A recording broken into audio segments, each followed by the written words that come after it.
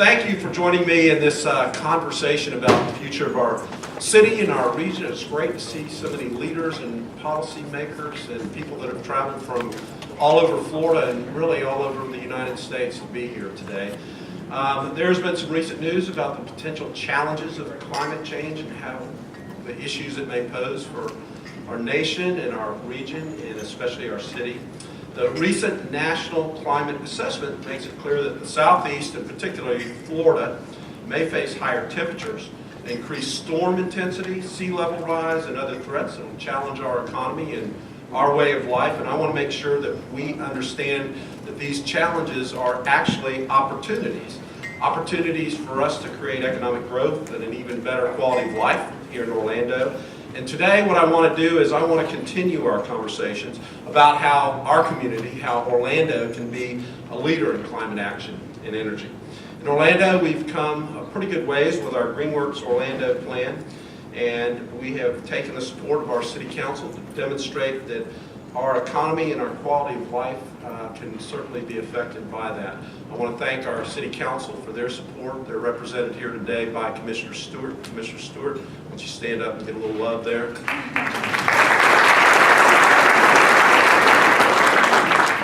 So first and foremost, we set a target to reduce our greenhouse gas emissions from our municipal operations by 15% between 2010 and 2017, and I'm proud to say that we have already surpassed that goal, so check that box. We have also set an aggressive goal of reducing our community emissions from 2007 levels by 90% by the year 2040, and we have made meaningful gains towards that goal. And we, today, the City of Orlando is walking the walk on climate and energy issues, and I'd like to highlight just a few. Today you sit in the best arena in the entire world, and that generally is because of the fan amenities and other attributes in the building.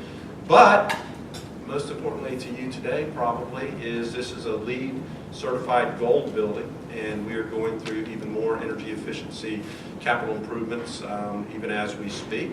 Within 5 years, our Lynx buses, that's our regional transit authority, will be converted 100% to CNG and hybrids, and that will reduce our fuel costs by 50%. We've launched our first rail transit line. If you can believe it, we were one of 3 communities, 3 large metro communities that did not have any form of light or commuter rail. Sunrail was operational on May the 1st of this year, and is already, in the first 3 months of operation, it's already exceeding the first year ridership estimates. And while we had free ridership for, I guess, about the first month, it exceeded it by about 400%. We're supposed to be having about 4,000. We are generating about 4,300 right now. But during the free operation, we had 11 or 12,000 every day, which was pretty impressive. We have large solar array installations already at Valencia College, Goodwill Central Florida, and IKEA. And with Harbor's Power and Disney, we're converting food waste into electricity. And I would like to see similar facilities to what Disney has done all around the city of Orlando. And we're excited to announce that Orlando has joined the U.S. Department of Energy Better Building Challenge, and we are leveraging $17 million in energy efficiency projects in 56 of our additional buildings that is expected to save more than $2.4 million a year in energy cost. And some of those improvements are right here at the Amway Center, as I mentioned. City Hall is getting a lot of efficiency. We're actually replacing all of the elevators. Surprising how much energy those old 25-year-old elevators use. We're doing parking lots, ball fields, swimming pools, and part of those cost savings are going to pay for about 50% of the capital cost of a new police station, a new OPD headquarters, which will be one of the most low-carbon buildings in all of Florida. These are examples that offer the foundation to ensure that Orlando's leadership in the Southeast is adequately addressing global climate changes. Now, we're ready to discuss next steps on how businesses and residents and the City of Orlando can all work together to build a better future.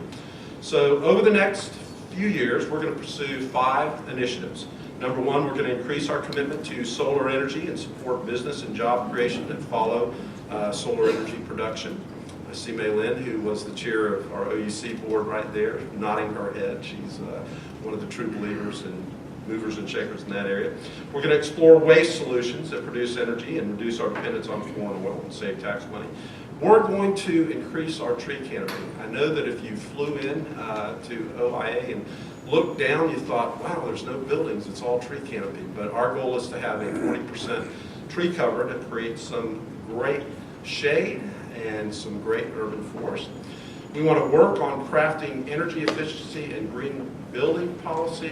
And last, I'm going to ask my GreenWorks Advisory Committee to draft a green economy toolkit and action plan to ensure that the city and its partners are taking the best steps to produce climate and energy jobs. We continue this community conversation, and we're lucky, I think, to have put this together so quickly and to have such a fantastic group of experts here to help us understand how Orlando can better position itself. I want to personally thank our speakers who have traveled from all over the country today. Peter Lehner from the NRDC, Skip Leitner from the American Council for Energy Efficient Economy, May Lynn Dominguez, who is official with OUC and Program Director at Full Sail, Robbie Diamond with Securing America's Future Energy, Jim Fenton with UCS Florida Solar Energy Center, John Porter from Clean Footprint, and Mike Boots from the White House Council on Environmental Quality, who will be joining us shortly. I hope all of you today have an opportunity to find both challenges and opportunities that are applicable to your individual organization, and consider what your individual leadership role can be and your organization can be in playing a role to be helping Orlando be a leader in climate and energy. Now that